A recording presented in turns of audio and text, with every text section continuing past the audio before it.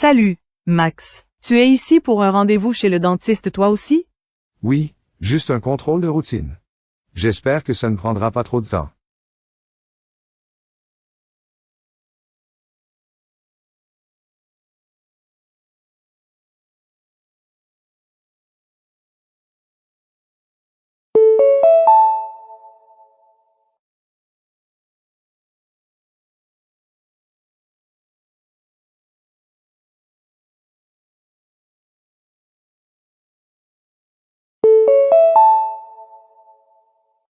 Bonjour, Emma. Tu encourages l'équipe locale? Oui, ils ont très bien joué cette saison. J'adore l'ambiance.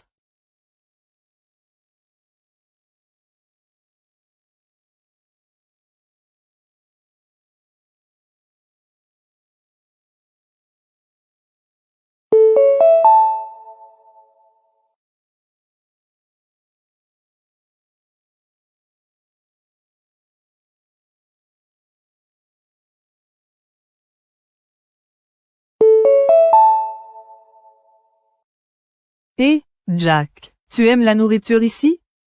Parfois. Les pâtes d'aujourd'hui ont l'air bonnes, donc je vais essayer.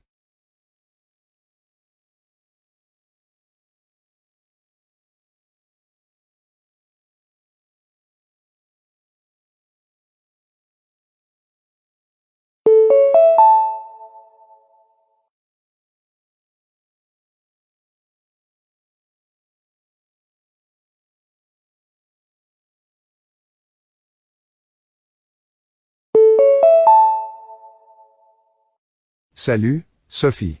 Tu achètes des fleurs pour quelqu'un de spécial? Oui, c'est l'anniversaire de ma mère. Elle adore les roses plus que tout.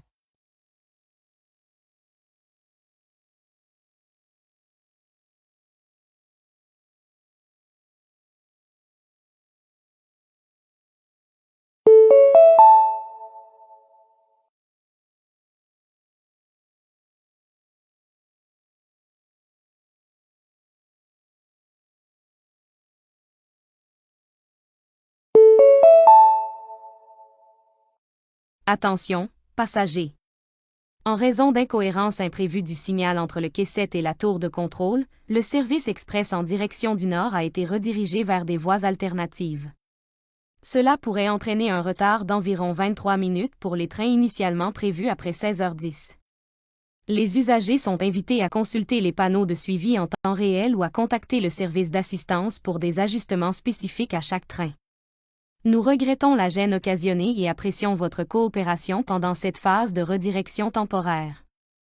Restez à l'écoute pour d'autres annonces au fur et à mesure de l'évolution de la situation.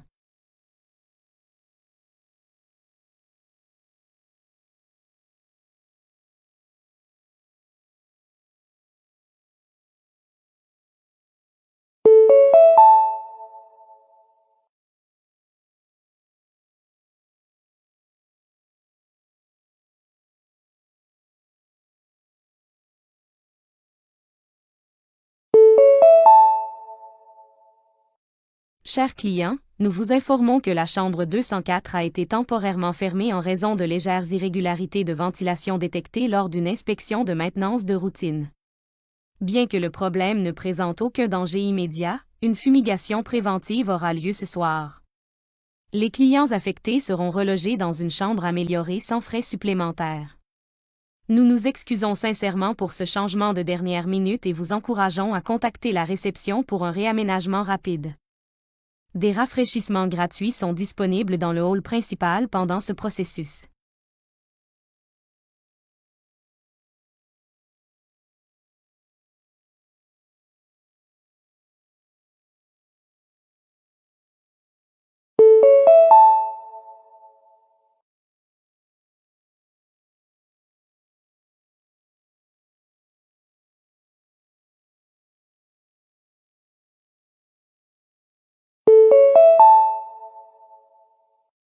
Votre attention s'il vous plaît. Dans le cadre de notre audit annuel de sécurité incendie, les ascenseurs de l'ELE seront hors service entre 9h et 13h30 demain. Cette suspension temporaire permettra un calibrage complet du système et l'alignement des capteurs de fumée. Pendant cette période, les invités et le personnel sont priés d'utiliser l'escalier B ou les ascenseurs de l'aile ouest. L'accès d'urgence restera opérationnel tout au long. Nous vous remercions de votre patience et soulignons l'importance de cette mesure préventive pour assurer la sécurité à long terme du bâtiment.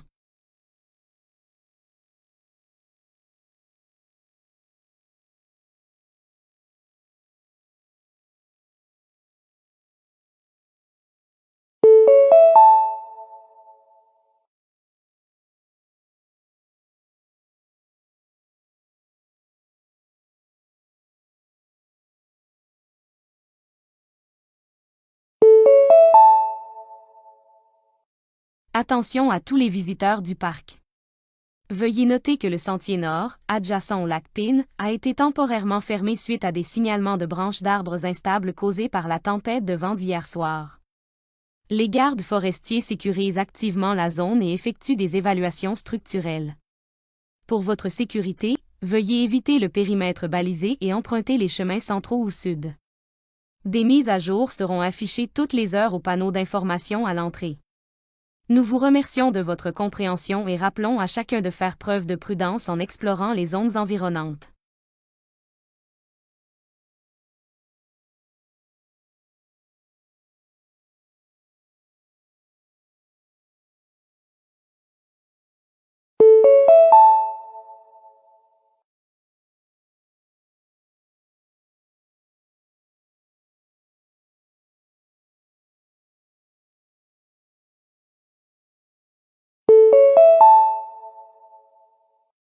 Chers clients, si vous avez acheté la tablette EcoTab 12 entre janvier et mars de cette année, veuillez noter que certains modèles présentent un problème de surchauffe irrégulier en cas d'utilisation prolongée. Bien que le risque reste faible, des mesures de précaution sont recommandées. Les propriétaires sont invités à retourner l'appareil à tout revendeur agréé pour un diagnostic complet. En cas de problème confirmé, un remplacement ou une réparation complète sera proposée sans frais. Une preuve d'achat est requise pour initier ce processus. Notre ligne d'assistance est ouverte pour toute question.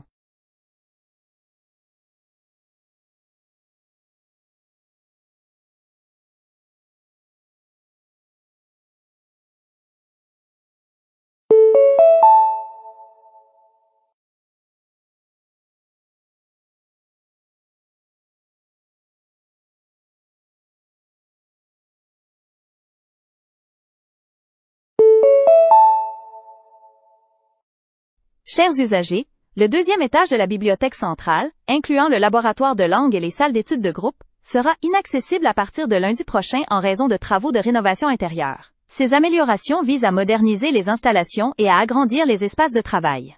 Toutes les zones d'études individuelles des premier et troisième étages resteront accessibles. Les services de location audiovisuelle et de référence seront temporairement déplacés à l'accueil du rez-de-chaussée. Nous vous conseillons de planifier à l'avance, notamment pendant les heures de pointe. Nous nous excusons pour ce désagrément temporaire et vous remercions de votre patience.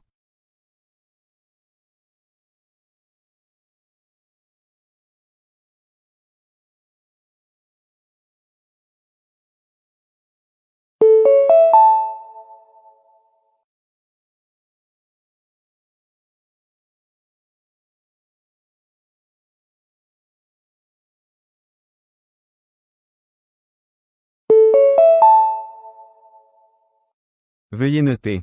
À partir de cette semaine, la cafétéria de l'école proposera un nouvel horaire de déjeuner en raison de contraintes d'approvisionnement.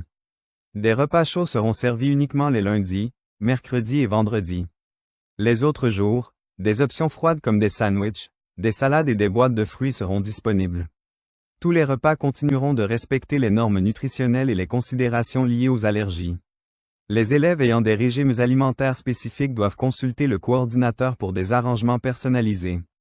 Nous vous remercions de votre compréhension alors que nous nous adaptons à ces défis logistiques.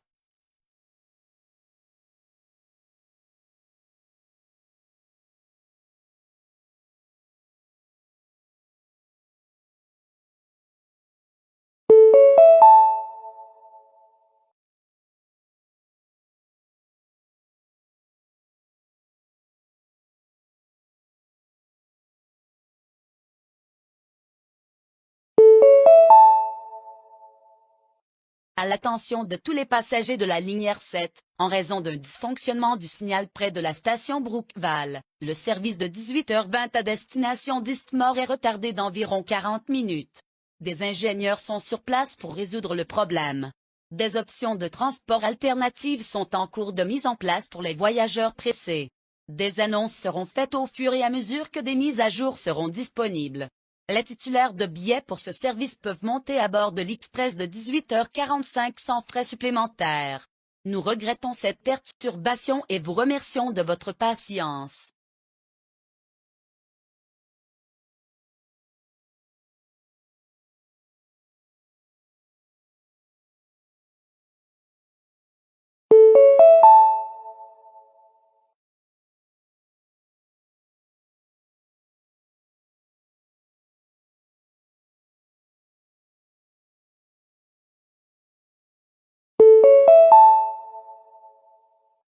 Parents et tuteurs, veuillez noter que la sortie prévue demain au parc écologique de Riverdale est reportée en raison d'un avis de mauvaise qualité de l'air.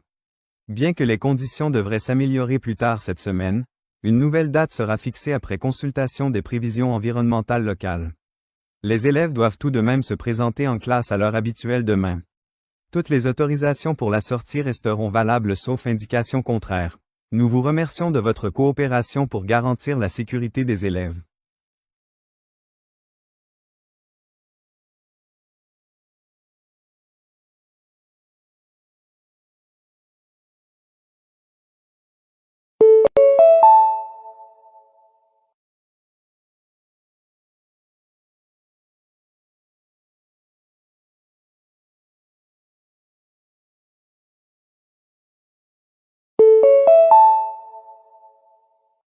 En raison de contraintes logistiques imprévues, le Salon régional de l'emploi initialement prévu le 22 mars dans le Hall D est reporté au 29 mars. Le lieu sera désormais le Hall B du même complexe. Toutes les inscriptions existantes seront automatiquement conservées, et les laissez-passer n'ont pas besoin d'être réémis. Les entreprises participantes restent inchangées. Veuillez arriver 30 minutes à l'avance pour la vérification des badges. D'autres mises à jour seront publiées sur le site web de l'événement.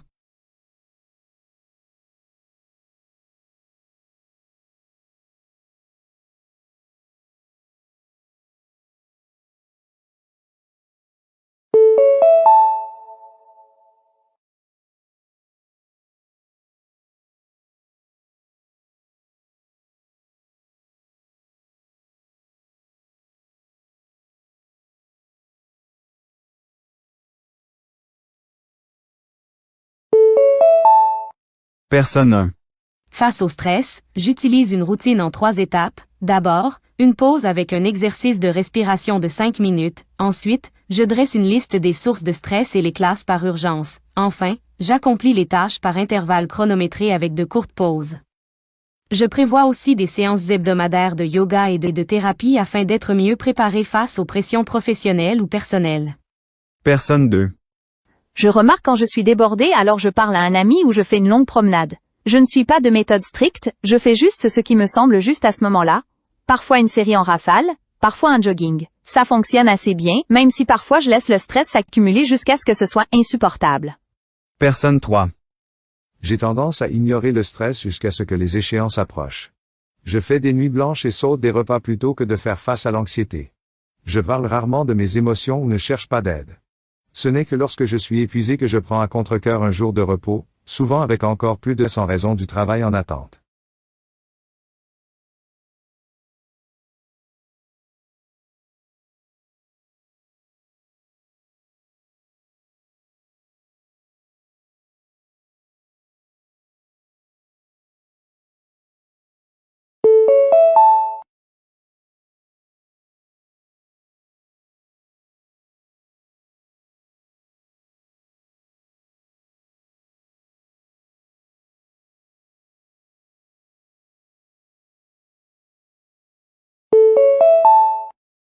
Personne 1.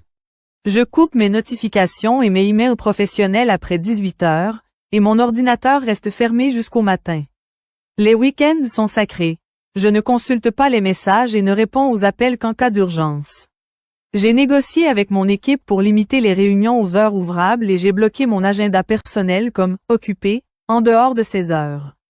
Personne 2. J'essaie de finir le travail vers 19 heures, mais il m'arrive de répondre à des emails urgents depuis chez moi. Le week-end, je jette parfois un œil à ma boîte mail si je m'ennuie. Je ne prévois pas d'appel professionnel après les heures, mais je fais une exception si un client insiste. J'apprécie mon temps personnel, même si je reste flexible en cas de pic d'activité. Personne 3. Je suis pratiquement toujours disponible. Je réponds aux messages professionnels à 22 heures, participe à des réunions le week-end, et consulte mes emails pendant les repas en famille. Je ne fixe jamais de limite formelle, et je culpabilise si je n'honore pas immédiatement une demande professionnelle. Mon temps personnel se confond avec le travail. Et je considère cela comme normal.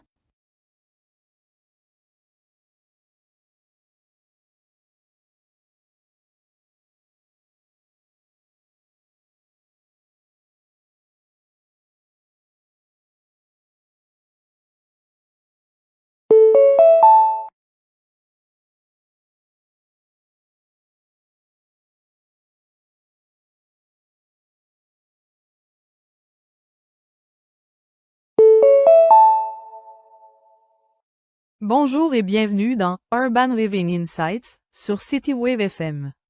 Aujourd'hui, nous abordons un problème émerge souvent noyé dans le chaos quotidien.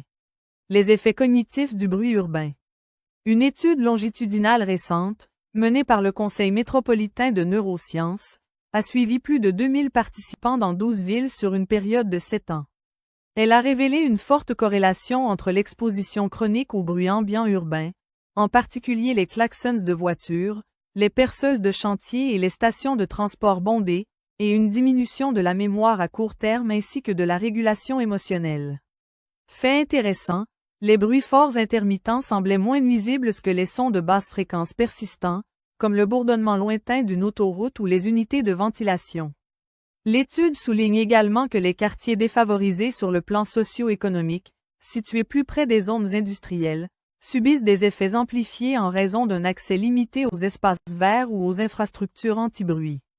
Les experts incitent désormais les urbanistes à repenser les lois de zonage, à encourager l'utilisation de matériaux atténuant le bruit dans la construction, et à mettre en place des zones calmes près des écoles et des centres de soins.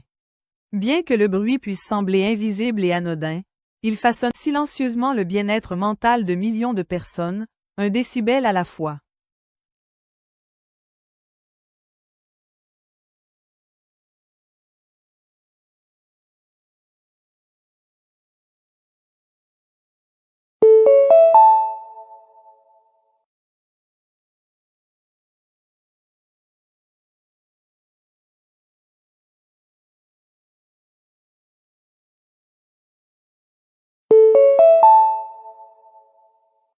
Bonjour et bienvenue à nouveau dans Urban Rhythms, votre rendez-vous hebdomadaire sur l'urbanisme et le comportement humain. Aujourd'hui, nous explorons un changement silencieux qui de accent aigu finit les centres-villes en Amérique du Nord. Depuis l'essor rapide du télétravail, plusieurs centres urbains ont signalé une baisse continue de la fréquentation piétonnière dans les quartiers d'affaires. Une diminution allant jusqu'à 37% par rapport au niveau d'avant la pandémie. Ce n'est pas seulement moins de personnes qui achètent leur café. Cela transforme le fonctionnement même des villes. Les gouvernements municipaux, en particulier dans les villes de taille moyenne, constatent une baisse des revenus issus des transports publics et des taxes commerciales. Les urbanistes sont désormais contraints de repenser les lois de zonage, en introduisant des zones hybrides mêlant fonctions résidentielles, culturelles et de co-travail. Pourtant, tous les impacts ne sont pas négatifs. Certains quartiers auparavant éclipsés par les gratte-ciel connaissent une revitalisation en devenant de nouveaux pôles de services. Le vrai défi, disent les experts, est de prédire quelles zones rebondiront naturellement et lesquelles nécessiteront un investissement stratégique. La migration numérique représente ainsi à la fois une opportunité et un avertissement. Les centres-villes doivent s'adapter ou risquer une lente érosion.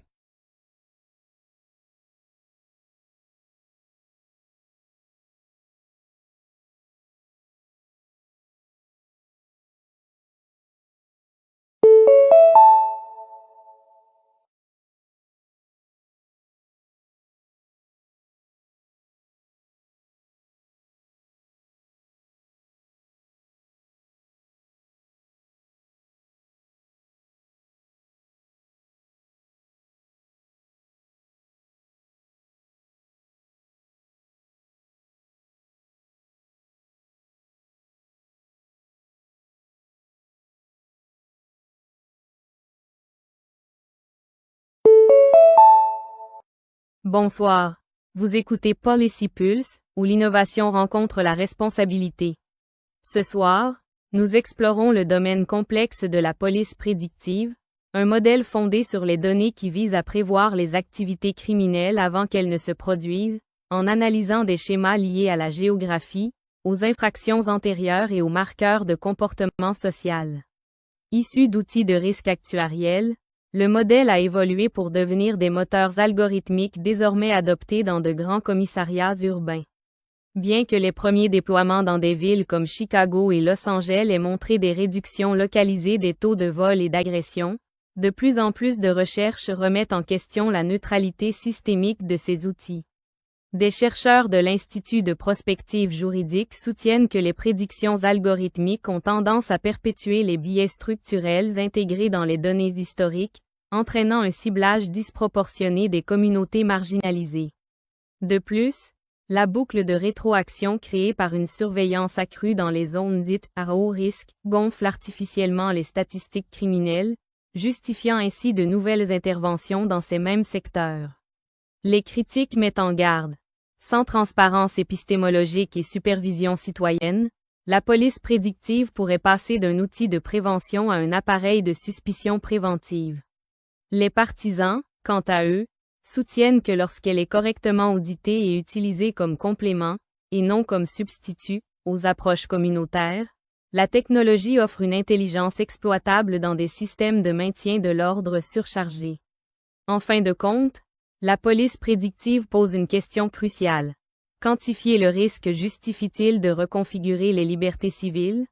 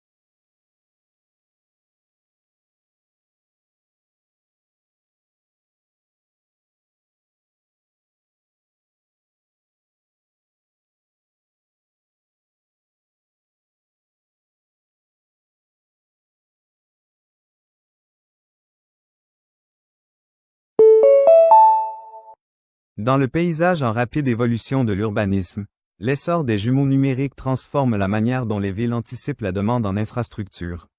Ces répliques virtuelles, intégrant des données en temps réel issues de capteurs, de satellites et du comportement des usagers, permettent des simulations prédictives des dynamiques urbaines, des flux de circulation à la consommation d'énergie.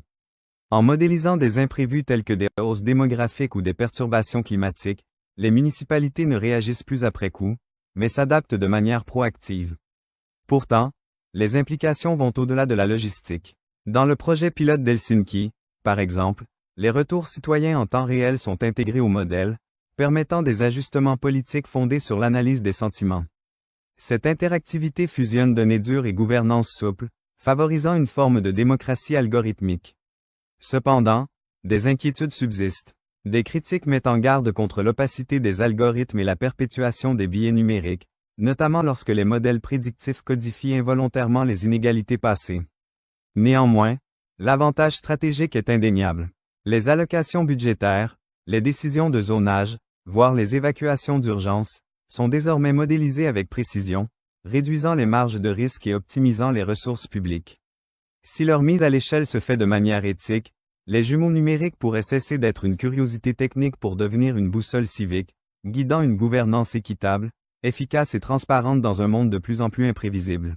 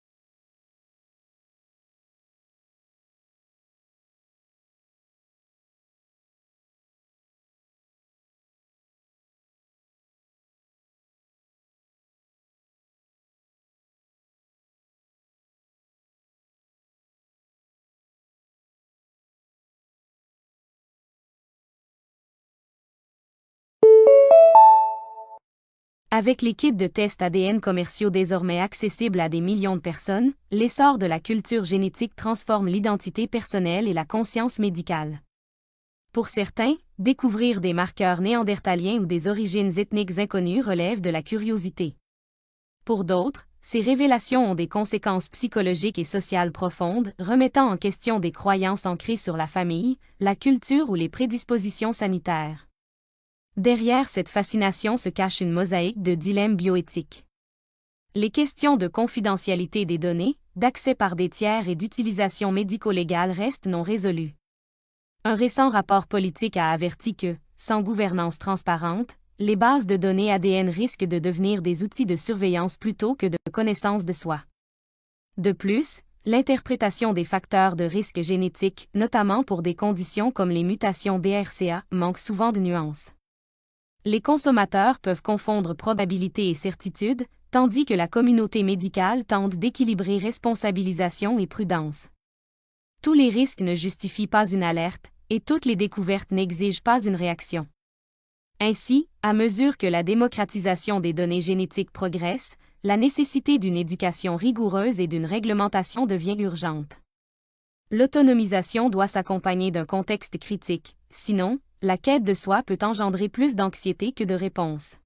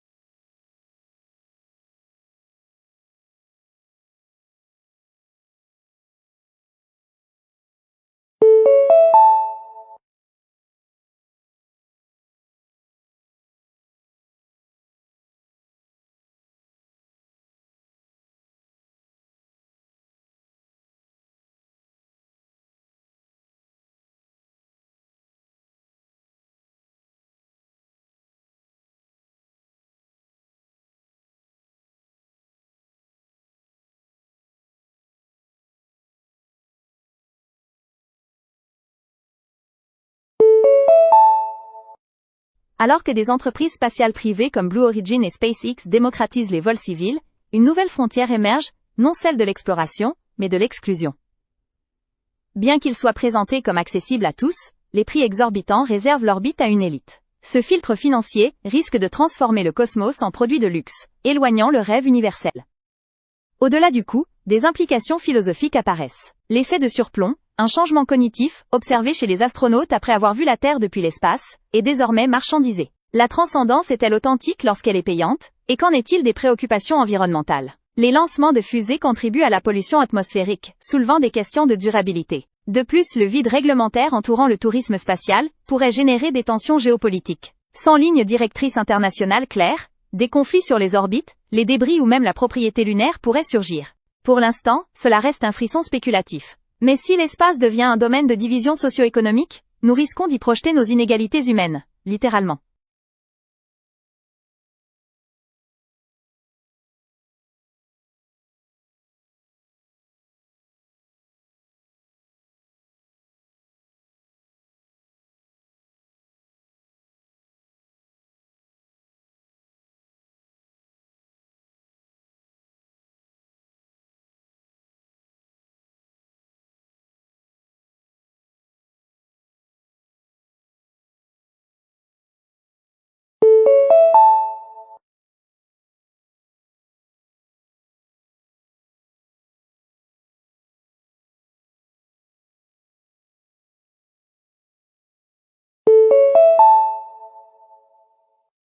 La dégradation de l'environnement désigne le déclin du milieu naturel causé par les activités humaines. Elle comprend la pollution, la déforestation, l'érosion des sols, la perte de biodiversité et le changement climatique. L'industrialisation, la surexploitation des ressources naturelles et l'urbanisation rapide en sont les principales causes.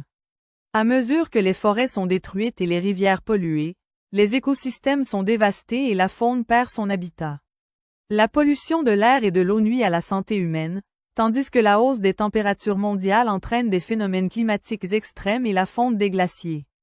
La dégradation environnementale menace la sécurité alimentaire, l'accès à l'eau potable et la qualité de vie en général. Pour remédier à cette crise, nous devons adopter des pratiques durables, réduire les déchets, économiser l'énergie et protéger les habitats naturels. Les gouvernements doivent appliquer les lois environnementales, et chacun doit faire des choix écologiques au quotidien. L'éducation et la sensibilisation sont essentielles pour provoquer le changement. Protéger l'environnement n'est pas seulement un devoir, c'est essentiel à notre survie et à celle des générations futures. Une planète en bonne santé, c'est une vie saine pour tous.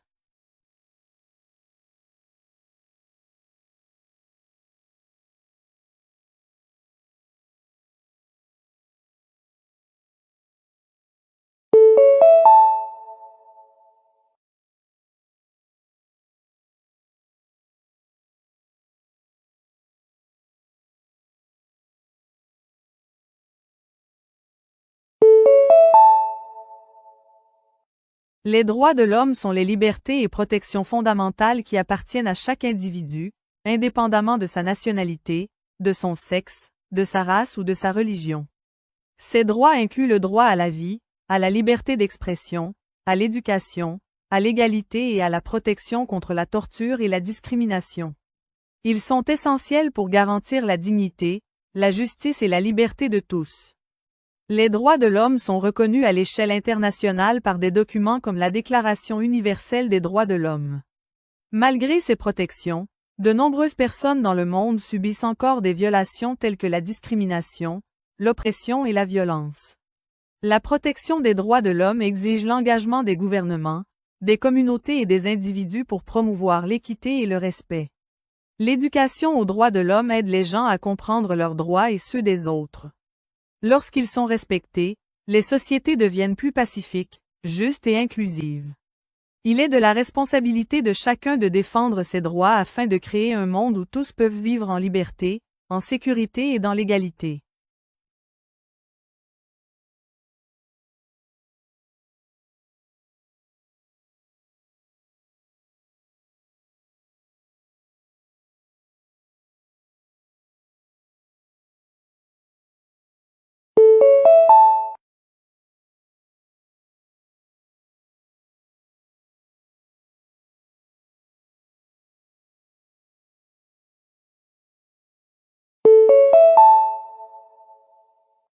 Le sans-abrisme est un problème social critique où des individus ou des familles n'ont pas de logement sûr et stable. Il peut être causé par la pauvreté, le chômage, les troubles mentaux, la dépendance ou les conflits familiaux. Les personnes sans abri vivent souvent dans la rue, dans des refuges ou des logements temporaires. Elles font face à de nombreux défis comme le manque de nourriture, de soins de santé et de sécurité. Le sans-abrisme affecte non seulement les individus, mais aussi les communautés, en augmentant les risques sanitaires et les coûts sociaux. Pour y remédier, il faut fournir des logements abordables, un soutien en santé mentale, une formation professionnelle et des services sociaux. La prévention est tout aussi importante, en aidant les personnes avant qu'elles ne perdent leur logement. La compassion et la compréhension sont essentielles pour aider les personnes sans abri à retrouver stabilité et dignité. Mettre fin au sans-abrisme nécessite la coopération des gouvernements, des associations et des citoyens. Tout le monde mérite un foyer sûr, porteur d'espoir et de sécurité.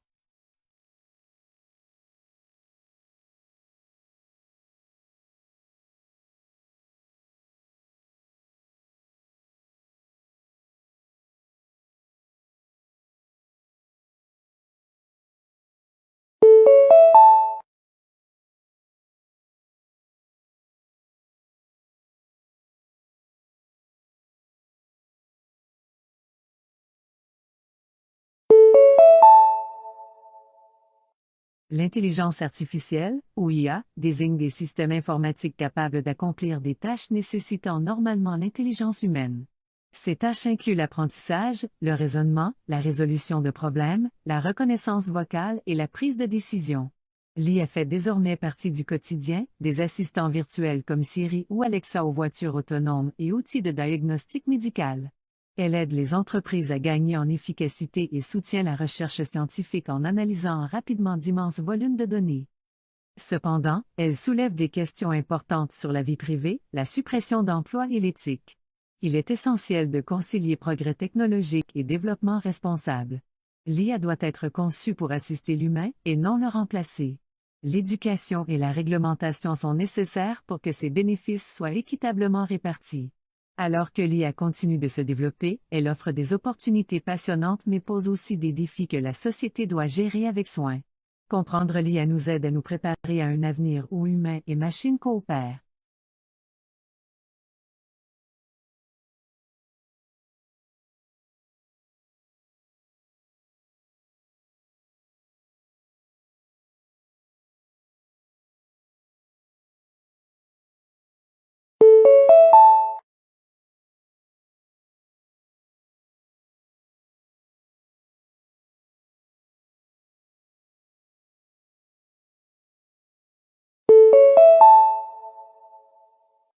L'énergie atomique, aussi appelée énergie nucléaire, est l'énergie libérée du noyau d'un atome par fission ou fusion.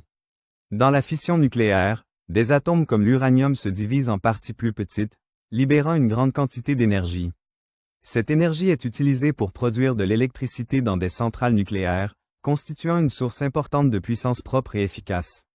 L'énergie atomique émet peu de gaz à effet de serre comparé aux combustibles fossiles, ce qui en fait un outil clé contre le changement climatique. Mais elle présente aussi des défis. Les accidents nucléaires, comme ceux de Tchernobyl et Fukushima, montrent les risques potentiels. De plus, la gestion sûre des déchets radioactifs reste une préoccupation majeure. Malgré ces risques, l'énergie atomique demeure un pilier du mix énergétique mondial. Les avancées technologiques visent à la rendre plus sûre et durable.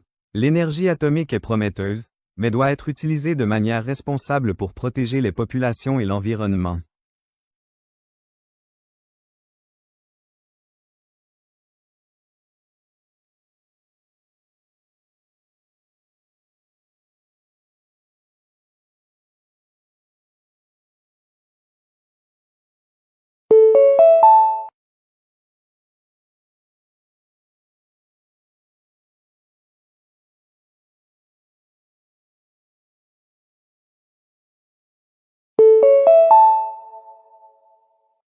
La sécurité des enfants et des jeunes en ligne est un enjeu important dans le monde numérique d'aujourd'hui. Les enfants et les adolescents passent beaucoup de temps sur Internet pour apprendre, socialiser et se divertir. Cependant, l'espace en ligne peut aussi les exposer à des risques tels que la cyberintimidation, les contenus inappropriés, les atteintes à la vie privée et les prédateurs en ligne. Pour protéger les jeunes utilisateurs, les parents, les écoles et les communautés doivent travailler ensemble. Enseigner aux enfants les bonnes habitudes en ligne, comme ne pas partager d'informations personnelles, utiliser des mots de passe forts et reconnaître les comportements suspects, est essentiel. L'utilisation de contrôles parentaux et d'outils de surveillance peut aider à limiter l'accès aux contenus nocifs. Il est également important de favoriser une communication ouverte afin que les enfants se sentent à l'aise de signaler tout problème. Les écoles peuvent inclure la sécurité numérique dans leurs programmes afin de sensibiliser les élèves. Garantir la sécurité en ligne aide les enfants à grandir avec confiance et à utiliser Internet de manière positive, créant un environnement numérique plus sûr où ils peuvent apprendre et explorer sans crainte.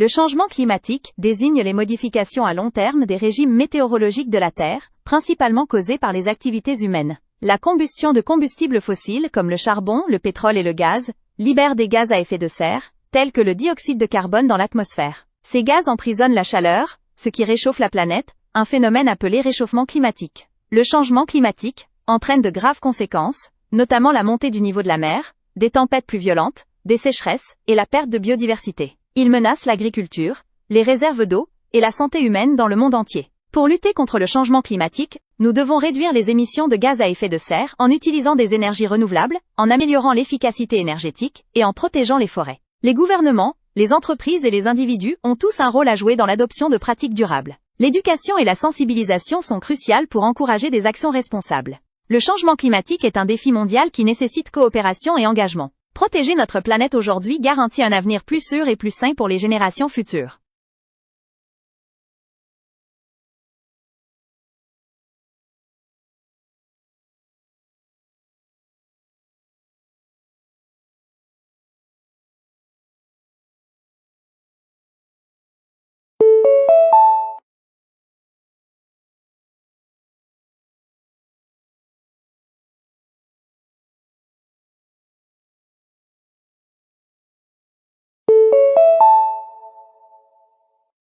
Lutter contre le terrorisme est essentiel pour maintenir la paix et la sécurité dans le monde. Le terrorisme implique l'usage de la violence et de la peur pour atteindre des objectifs politiques, religieux ou idéologiques. Il menace des vies innocentes, perturbe les sociétés et déstabilise les nations. Pour lutter efficacement contre le terrorisme, les gouvernements et les organisations internationales doivent coopérer. Cela inclut le partage de renseignements, le renforcement de la sécurité aux frontières et l'amélioration des capacités des forces de l'ordre. Prévenir le terrorisme implique également de s'attaquer aux causes profondes telles que la pauvreté, l'oppression politique et l'injustice sociale. L'éducation et l'engagement communautaire sont importants pour réduire la radicalisation et promouvoir la tolérance. La technologie joue un rôle clé dans le suivi des activités terroristes, mais elle doit être utilisée en respectant les droits de l'homme et la vie privée. La lutte contre le terrorisme nécessite une coopération entre pays et entre secteurs publics et privés. Une approche globale et respectueuse est nécessaire pour protéger les citoyens et construire des sociétés résilientes, libres de peur et de violence.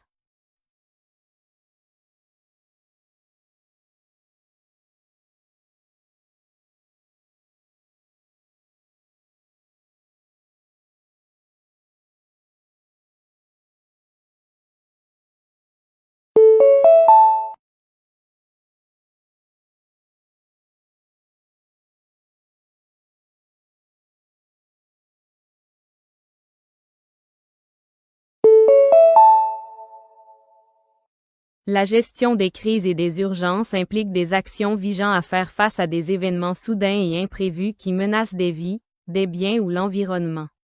Ces événements peuvent inclure des catastrophes naturelles comme les tremblements de terre et les inondations, des accidents, des épidémies ou des attentats. Une réponse efficace nécessite des décisions rapides, une coordination et une communication entre les services d'urgence, les gouvernements et les communautés. La préparation est essentielle. Cela signifie disposer de plans clairs, de personnel formé et des ressources nécessaires avant qu'une crise ne survienne. Pendant une urgence, les intervenants se concentrent sur le sauvetage de vies, la fourniture de soins médicaux, la garantie de la sécurité et le rétablissement des services essentiels. La sensibilisation et l'éducation du public aident également les gens à réagir de manière calme et efficace. La technologie, comme les systèmes d'alerte précoce et les outils de communication, améliorent les temps de réponse et la coordination. Après la crise, les efforts de reconstruction permettent de rétablir les communautés et d'apporter un soutien aux personnes touchées. Un système d'intervention d'urgence solide sauve des vies et réduit les dommages, aidant les sociétés à se rétablir plus rapidement et à devenir plus résilientes face aux crises futures.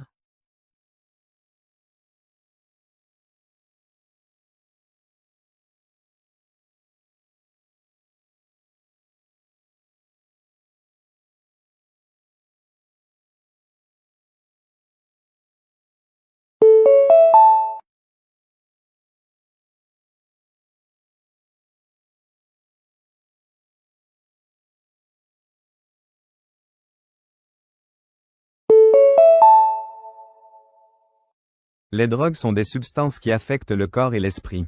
Elles peuvent être utilisées à des fins médicales pour traiter des maladies et soulager la douleur. Cependant, certaines drogues peuvent être dangereuses lorsqu'elles sont mal utilisées ou détournées. Les drogues illégales comme la cocaïne, l'héroïne et la méthamphétamine peuvent entraîner une dépendance, des problèmes de santé et des difficultés sociales. Même les drogues légales comme l'alcool et les médicaments sur ordonnance peuvent être dangereuses si elles ne sont pas utilisées correctement. La toxicomanie affecte non seulement l'individu, mais aussi les familles et les communautés. Elle peut provoquer des accidents, de la violence et une perte de productivité. La prévention de la toxicomanie passe par l'éducation, le soutien et les programmes de traitement. La sensibilisation aide les gens à prendre des décisions éclairées et à résister à la pression sociale. Les gouvernements et les organisations travaillent ensemble pour réduire le trafic de drogue et offrir des services de réhabilitation. Promouvoir un mode de vie sain et le bien-être mental est important pour prévenir la dépendance. Comprendre les drogues et leurs effets permet de sauver des vies et de construire des communautés plus sûres et en meilleure santé.